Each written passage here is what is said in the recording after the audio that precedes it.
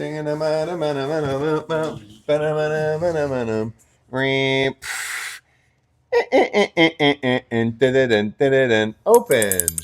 Hey, it's a guest. It's the final guest of the season. Over here, the final guest of the season. There's so many things. Let's oversimulate you fuckers. Okay. This is season 2, episode 10. Sweet, merciful crap. All right. It's color everywhere. Now that you're all your pants are wet, let's introduce our guest. This is Angel Kao. Kao Designs. There's other Instagram. Oh, man. Welcome. Thanks. Thank you. Thanks for coming on and doing the thing. As we say to everyone, we have deep conversations, deep questions, kind of tailored to the person, but also some of them are just kind of broad, just to see what your thoughts are on things. Right. First of all, let's just introduce people. What's your MO in life right now? Like, how would you title yourself? What does MO mean? MO, like your motto, like motive. Motive in life? Is it motive? Okay, yeah, like. People are like, I'm a botanist. I'm a university researcher. I'm a, construction worker. Dirty garbage truck. Yeah, you're a dirty garbage truck. Yeah. Okay. Welcome to the dirty garbage truck. Beep, beep. Beep, 9 beep, o'clock, I come around the town and I'm like, hey, throw your garbage. That's what they do in Taiwan. See this? This is trash. Okay. Oh, man, we're just going to fuck around now. I have a super deep question to break the ice. Okay. Break that shit. Would you rather always kind of just like be drooling a little bit? Or every fart you have is like a full 20 seconds? Ooh. Oh, fart. Because I already do that anyway. Wow. Yeah. For 20 seconds? Yeah. What if it was audible? Maybe Like an not audible 20 20 second. Like a good couple of seconds. But they're broken I think in 20 chunks. seconds is longer than you think. It's true. Let's say 20 seconds in public. I don't mind doing that, honestly, because I got to let it out. Yeah, true. And I want to inspire other people to get it out, too. Fair. But I was going to say... Heard it's it here not first, people. Get it out. Get it out. It's not 20 seconds in, like, a row. It's more of, like, 5 seconds break for 5 minutes and then, like, another 2 seconds. Break for 3 minutes and then another, like, 2 seconds kind of thing. I'm saying like a full, like... A full 20. Yeah. I'm down to that, yeah. It's fun. You would be. That could be remixed into a music song, It could be. And this day and age, that's for sure already on TikTok. I guarantee it. Turn it into art. Here, Kate, I'm sure you've heard this saying. I hear it a lot from women reflecting men's views. A lot of men are like, oh, yeah, no, very few women can have just male friends. They all want to fuck them. Okay. What are your thoughts on that statement? Do you find that statement to be true? What? Oh, my God. Garbage truck. The garbage truck. Perfect. Universe. It's listening. Sorry. So wait, going back. Can you repeat that again? That statement itself is said by men and women, but I've heard a lot of women reflect men saying it when they date them, like, "Oh yeah, you can't have male friends." At some point, they all want to fuck you. Do you find that to be true? Oh man, to an extent, but at the same time, I don't think there should be rules. I mean, okay, hold on. That's when you know when to cut. I'm keeping that for sure. I think it depends, but like it was very much true. It was sort of true for me in my late teens and mid 20s. I had I grew up with a lot of guy friends, and obviously some of them like didn't have those thoughts or feelings, and I didn't have those thoughts or feelings towards them. I didn't for me, but I would like to think that they didn't. Mm-hmm. But then like I started feeling like they were like our friendship started to like break and separate, and I think it's because there is a level of that feeling from them. And then I was like, oh, okay, that sort of sucks. But now that like I'm in my 30s, I haven't experienced that in a very long time. Okay. Yeah, I don't think it's true for everybody. Is what I would Interesting. say. Okay, cool. Yeah. But we are animals. there are instincts, but like I How we think, act on those instincts will yeah, define what kind of person you are. honestly. exactly. Yeah, yeah. But I believe in everybody should be friends with each other regardless of the sex. I think it's so silly to put a rule on that. Yeah, and I mean, I also would add that like relationships change structure, even friendships. A friendship is a form of a relationship, and sometimes they change structure based on the events, or like oh, I was friends with this person for 10 years, and all of a sudden we looked at each other one day and we're like, oh, I actually want to be with you. And Oh sometimes yeah, yeah, you're friends with someone your whole life, and that never shifts. They're yeah, always just your homie. So I do believe there is like a variance, and like none of us really know when yeah, that shift's going to happen, if it's going to happen. yeah, I think in general, if you're honest with yourself and you're honest with the person that you're with about who that person is with you, you have to believe them at face value. yeah, That is my friend. yeah, We have been intimate before, or we haven't been intimate before, but like they're just a homie. yeah, So you either believe them or you don't. yeah, So that will also, I guess, reflect your level of trust. yeah, I want to start by like poking a bit at your art. yeah.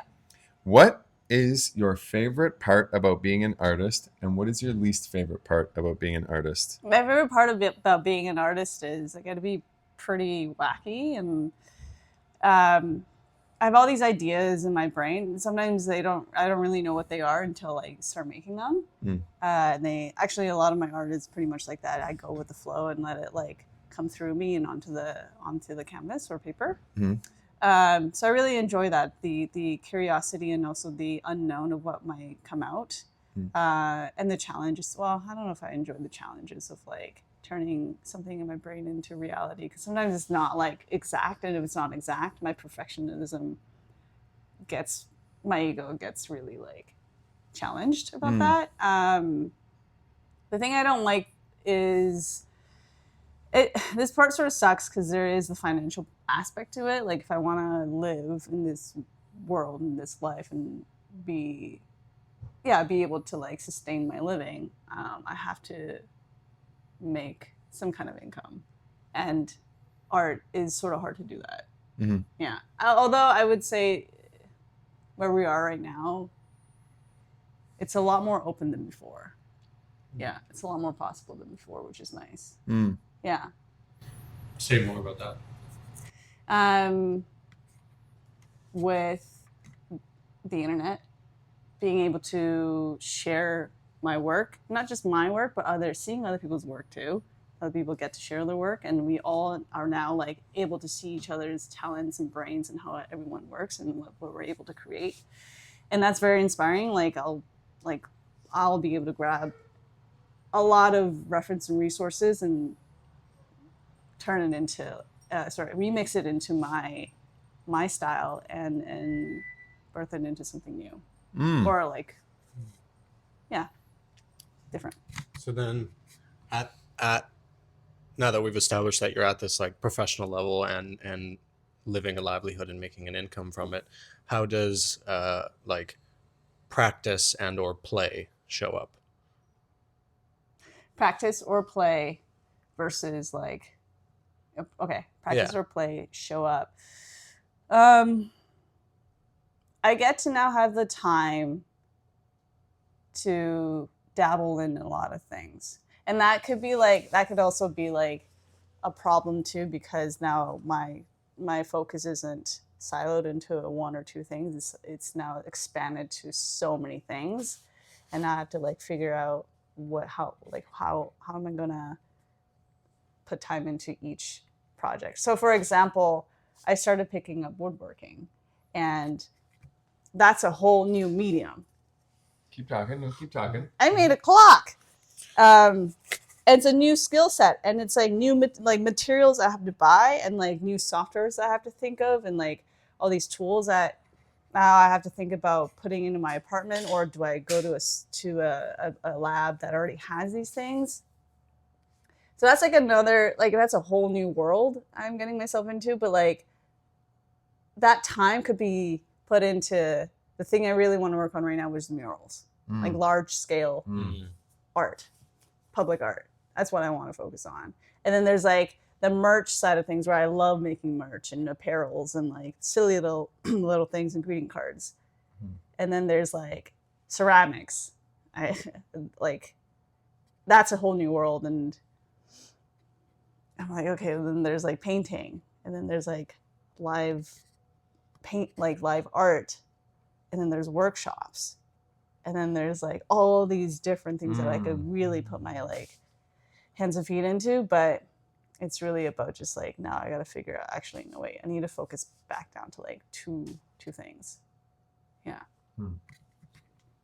Yeah, I mean, it seems like that is the beauty of it, is that you have a lot of exploration to continue growing your art, growing your person. Yeah. But also like refining it down to put your energy and focus into one or two of them to maximize their potential. Yeah. Yes, exactly. Yeah. Yeah. Which is, yeah. But like the play thing, I get to play with the wood. I get to play with the ceramics. I get to play with all these things that are coming to me. But then there's also that like pressure in the back of my head to be like, okay, wait, you gotta make a living. You also have to like be realistic, focus on the one or two things, and then supplement the other little things. Be realistic. So then at the point you're at, even if it's like a play or a practice session, does anything you make have the potential to be monetized at this point? I think so. I don't really do it. I mean, I like to think that things are like, it would be nice if somebody wants to pick up my art. I always feel so grateful and like so giddy when someone wants to take it home. Yeah.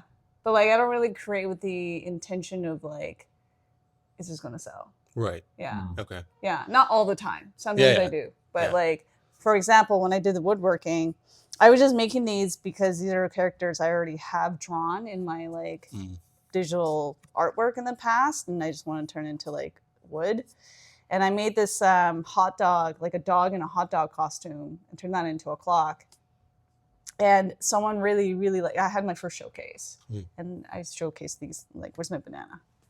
Banana. Yeah, I showcased these. There's four. The fourth one was the hot dog. And someone who's really obsessed with hot dog came to my show and was like, I want to buy that. Wow. I'm like, wow, okay, that's really wonderful. That was really validating. Really, I just felt really great. She really liked it. She felt really good about it. I felt really great and really good about it too. Yeah, so we both parted ways with a gift. Nice.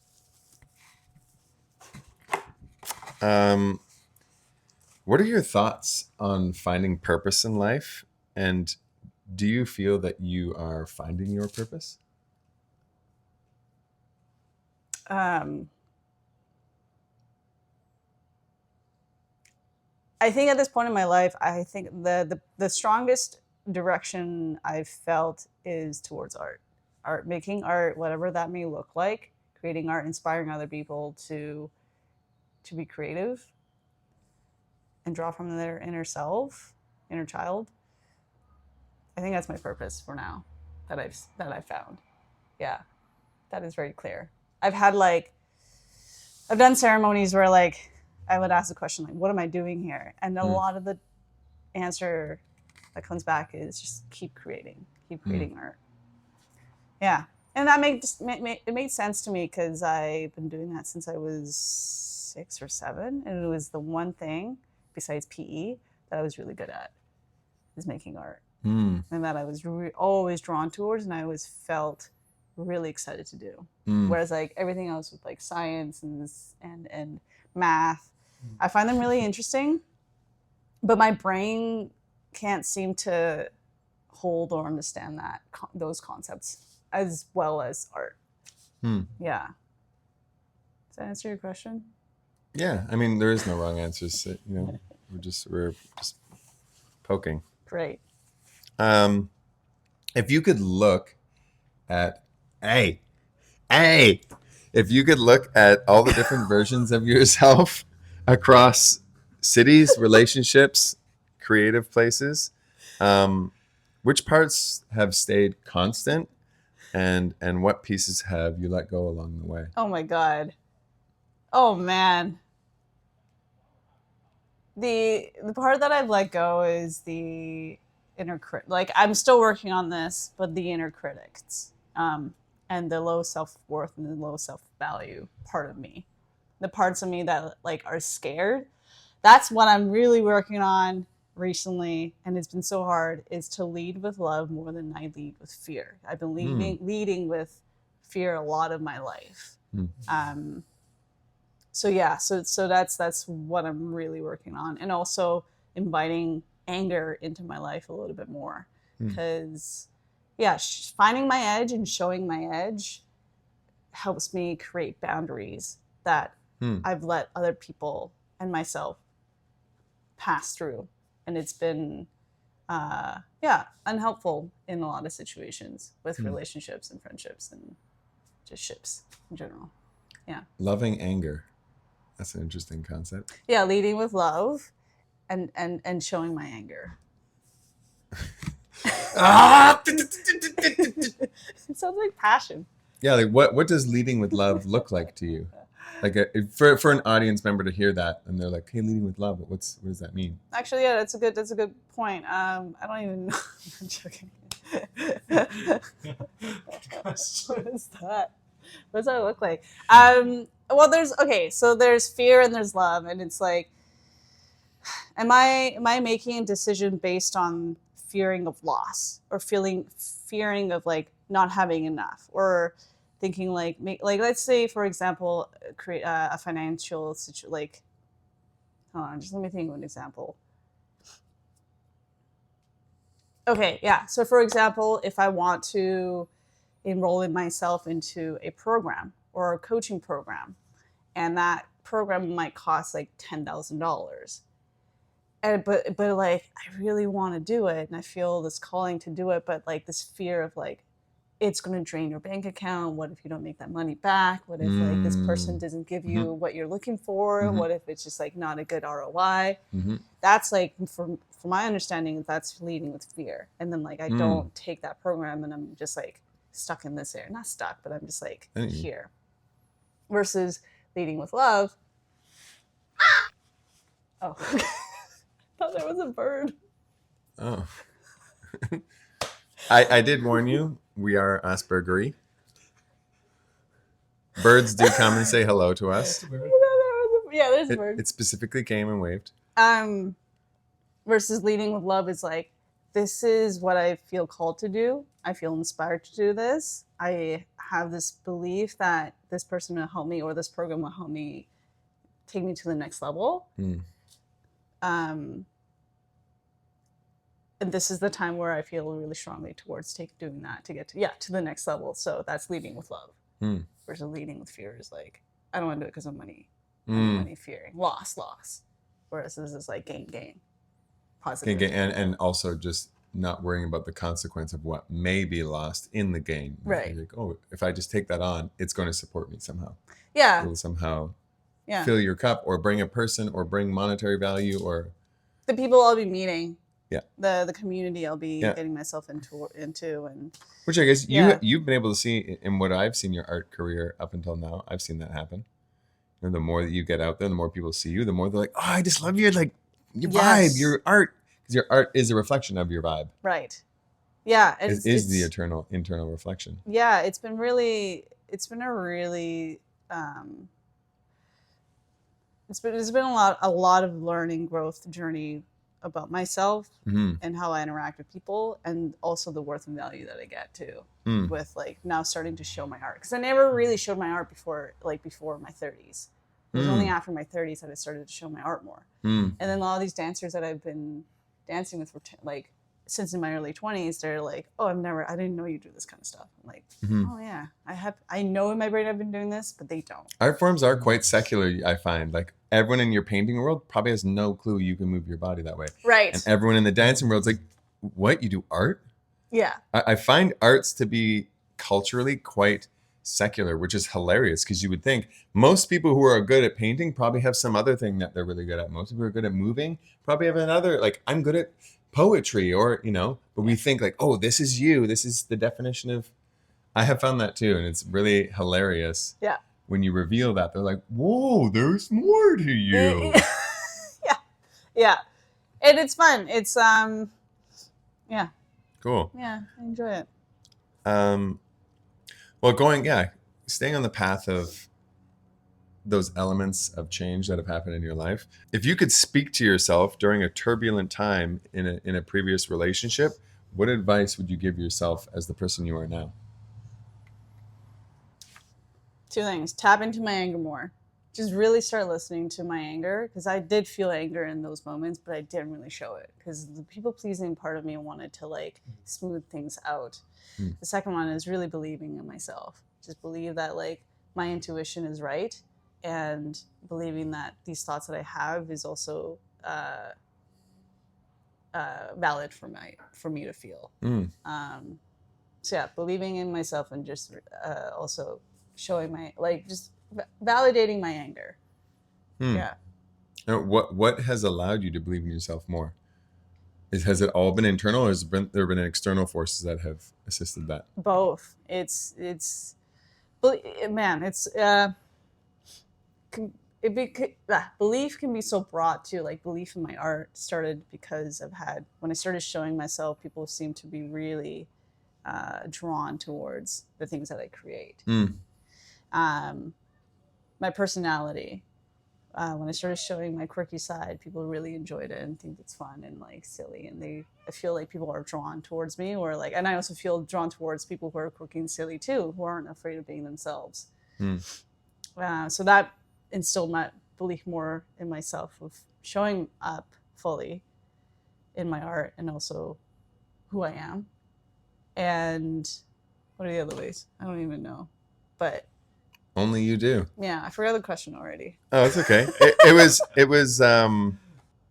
was relating to the turbulent time, but this was going into like what were the forces that allowed you to build more confidence in being yourself? Was it just all an internal journey or the external? So I was. Oh yeah, yeah. Like, what are the external, like people, travel experiences? Man, journaling too. Journaling, and okay, so there's the external side that I explained, but also there's the internal side where like really starting listening to myself by journaling and being more in tune with my silence, with being at home alone. So like in my 20s, I was out, like I had work during the day, and then I had like dance at night, and it was like leave in the morning at 9 a.m., come back at close to midnight, because Rockland Square didn't have a time limit till 10 p.m. It was till past a certain time. So that was my 20s, and like I would go out and party, and I wanted to be. And that's when I met a lot of people. And had you so wanted to be fun. an Asian baby girl. Yeah. ABG. ABG.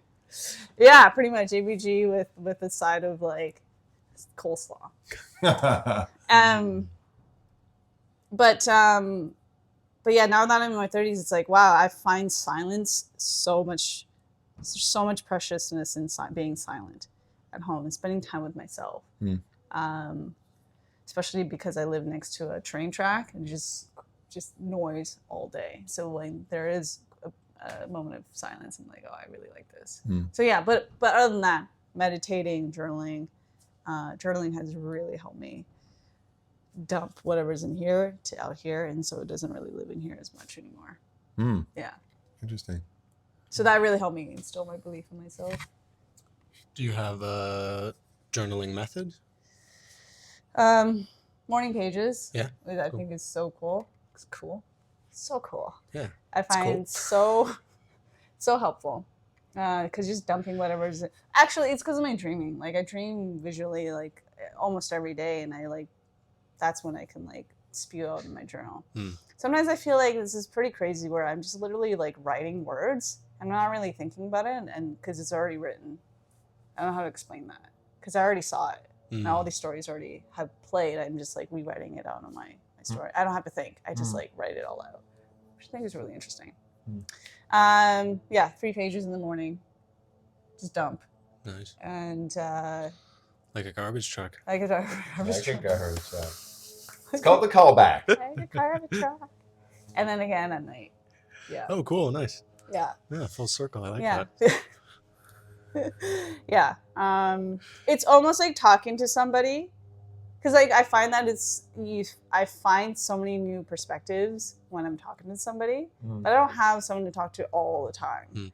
So I do that with my journal, and I find new perspectives there all the time. It's so helpful. Yeah. Do you daydream the same as you night dream? Daydream. You mean like dream? What's a daydream? You mean like going to my imaginary world? Yeah, daydream is like the imaginary world of your mind while you're awake. Yeah. A night dream would be while you're sleeping. Yeah. Wait, hold on. Sorry. The question you asked was, do I daydream the same as my night dream? Yeah. I would say most people, we have an understanding if we have like a night dream, it's generally could be like kind of crazy and vivid and wild. And you might wake up and be like, Oh, I whoa, see. what was that? And like, are your daydreams of the same stuff or? Hold on. I'm sorry. I'm still going back to semantics here. Daydream is when I'm like consciously awake. Yeah. Night dream is when I'm unconscious. Mm-hmm. Oh, thank you.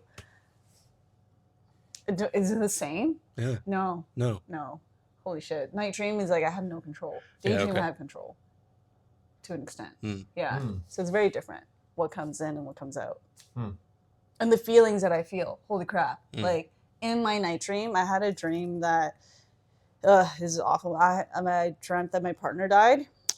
And I wasn't there to see him, but I saw his dead body. And like, I remember crying and screaming in grief. Like and then I woke up. And when I woke up, I was like shaking and I started immediately bawling. And thankfully he was there. So like everything was fine, but it was so visceral. It's hard to, even though it's not real, it's all in my brain, but it felt in my body that how real it was. Yeah. What percentage of your what percentage of your night dreams would you say you'd classify as like a nightmare?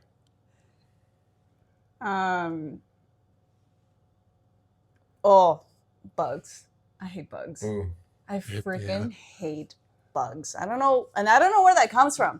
I don't know All where bugs? that comes from. All bugs? I'm okay with ladybugs. Okay. I just don't want to see the underside of it. Oh, it's so gross. Yeah, I like the top. I mean, the top is fine. The underside, I'm not a fan of. Any underside of any bugs, I'm not a fan of. Nice. Ugh. Like the yeah. I don't know, and I don't know where that comes from. It's the same thing as like the opposite of like, why do we like the things that we like? Where does that come from? Is it called, what is it? Is it called pareidolia?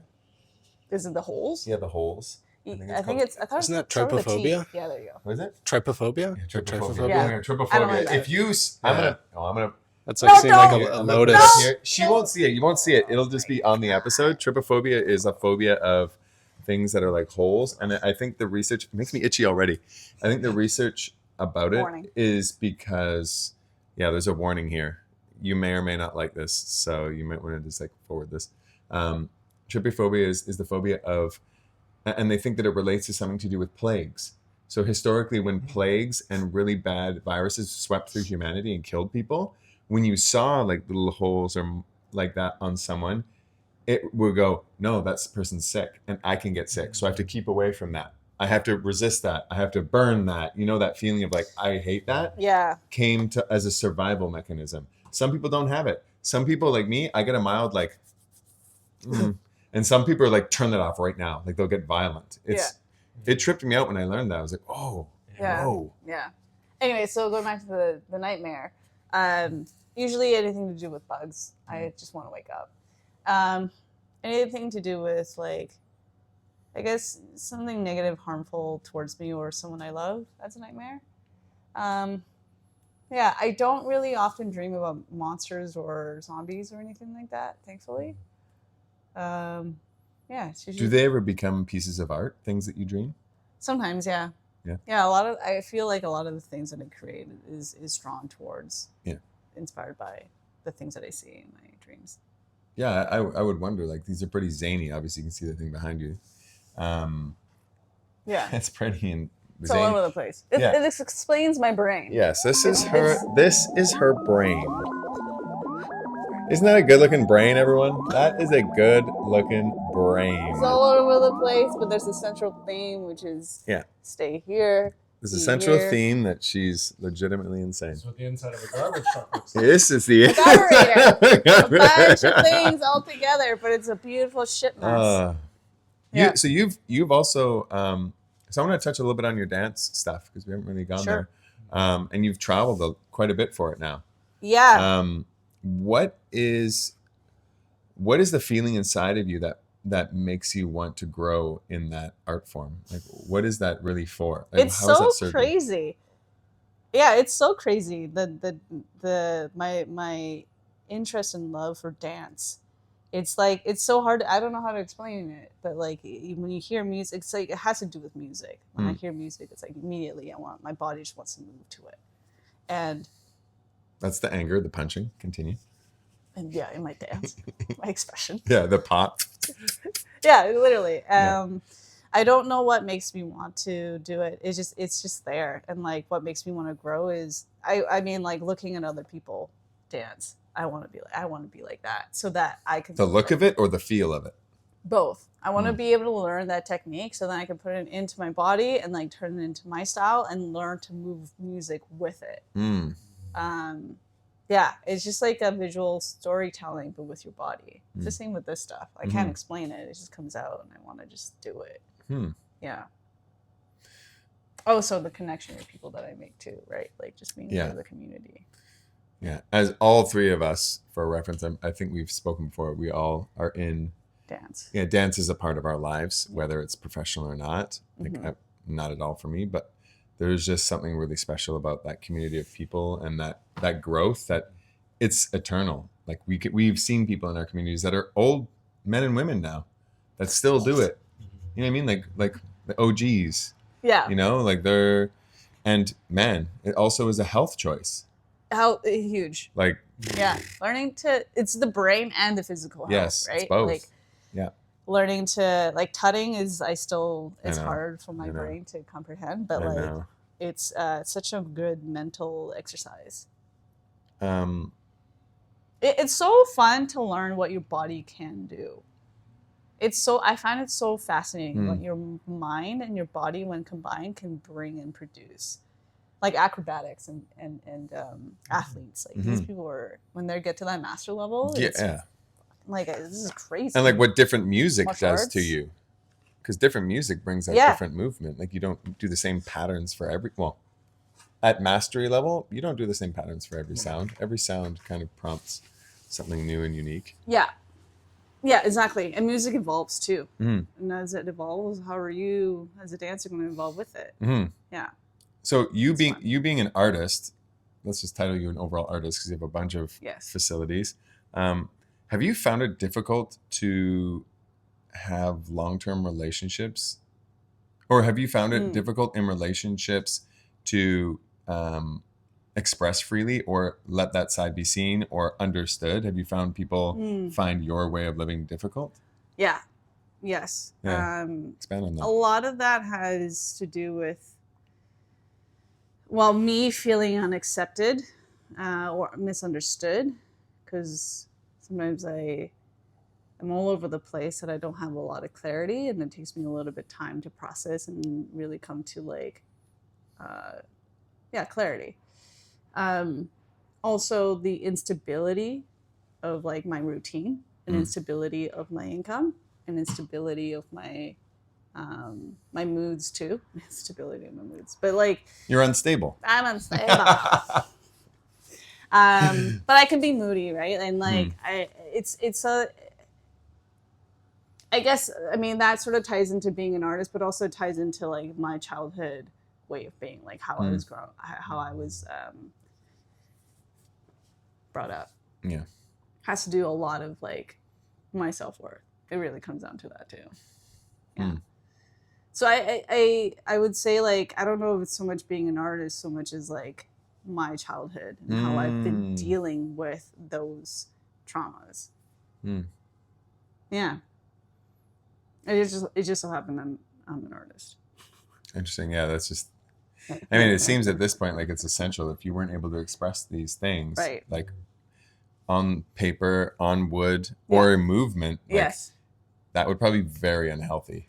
Yes. Yeah. 100%. That's why I'm like I really want like that's why I'm so inspired to create these things, and also I get so jazzed when other people do it too. Yeah, of course. Even if they're not an artist or they're not in the field of being an artist, when they do art, move or dance, I get so jazzed to see that, because I know. I mean, I have a strong feeling that the feeling of freedom and the feeling of freedom to let your inner child come out is so precious. It's so hard to explain that feeling. Agreed. But it feels so freeing. Yeah. Because every child dances and make art and sings and just want to play and just be weird. And as adults, that sort of starts chipping away. Like it doesn't really show up as much. And so I feel really inspired to want to like do that for others, and for them to, I want to inspire them to bring that out more. So say we all. Yeah. Do you want to wrap us up? Our last question, which has been a good finisher, just what do you feel hopeful about right now?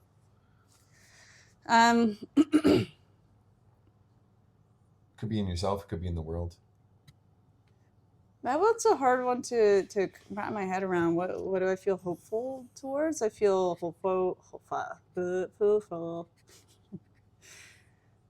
Say that question again, please. I'll reframe it. What Okay. brings you hope? This is gonna be cheesy, but like the whole age of the internet. Now that we're able to see, access theories and ideas and creativity and thoughts so much easier. The whole idea of like meditation, therapy, self-belief, like all these things are well, that's my algorithm, right? But like it is accessible now, and I feel like a lot of people they see it or not on either YouTube or on Instagram or on TikTok. But I feel hopeful that there is that sort of connection. Maybe not in person. Maybe it can become in person. But at least like they see, they're exposed to certain content that they normally wouldn't have if the internet wasn't around. Does that make sense? Yeah. Right? Like you can literally find any information on the internet now to help answer whatever questions you have in your brain. Yeah. And so in a way it gives me a little bit of hope that we're not really siloed into our own world. But if you really want it to expand, you have the opportunity to, and not with a lot of cost to it. That's the anti-fear perspective. Yeah. Okay. Truly. Yeah. Yeah. Well, let's finish this with some hand signals. Okay. If you know, you know. We're all gonna just put that down, Alex, and let's get working.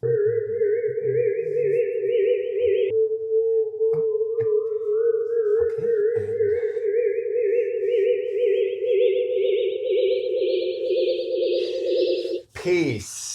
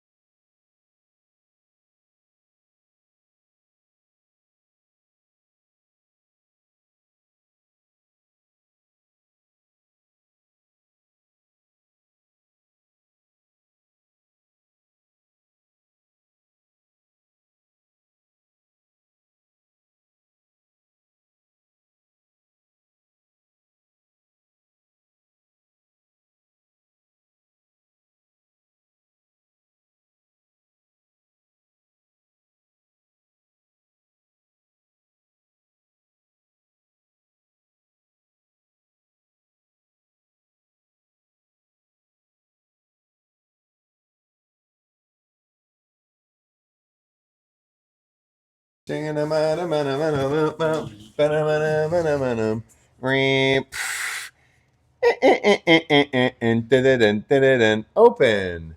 Hey, it's a guest. It's the final guest of the season. Banana, banana, Right over banana. here. The final guest of the season.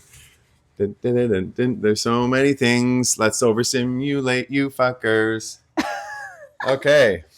This is season 2, episode Quack. 10. Sweet, merciful crap. All right. It's color everywhere. Now that you're all your pants are wet, let's introduce our guest. This is Angel Kao. Kao Designs. There's other Instagram.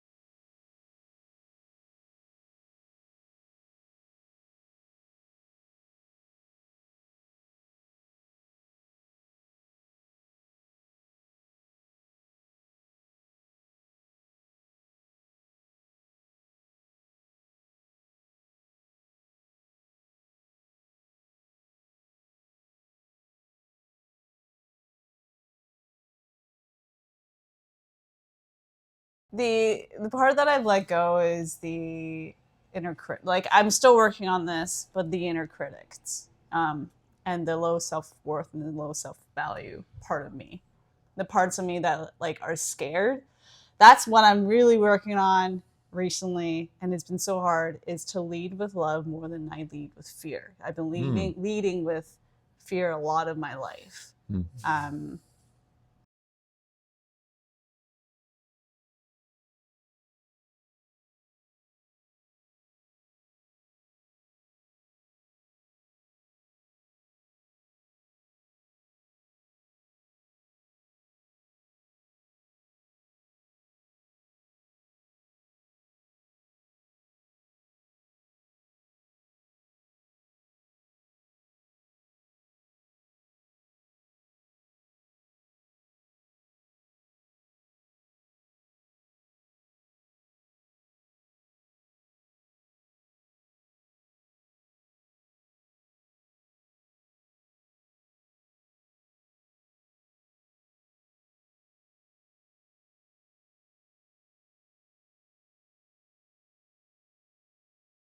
don't. Art forms are quite secular, I find. Like everyone in your painting world probably has no clue you can move your body that way. Right. And everyone in the dancing world's like, what? You do art?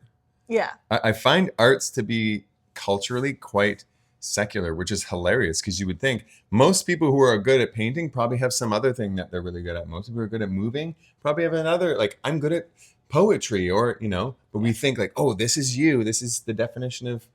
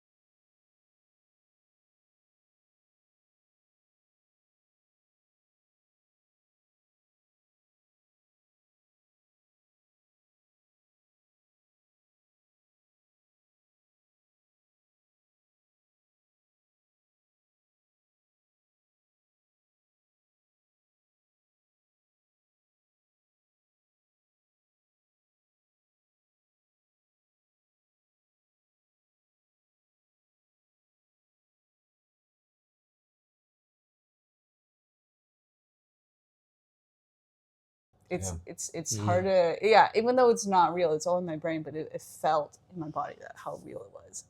Yeah. What percentage of your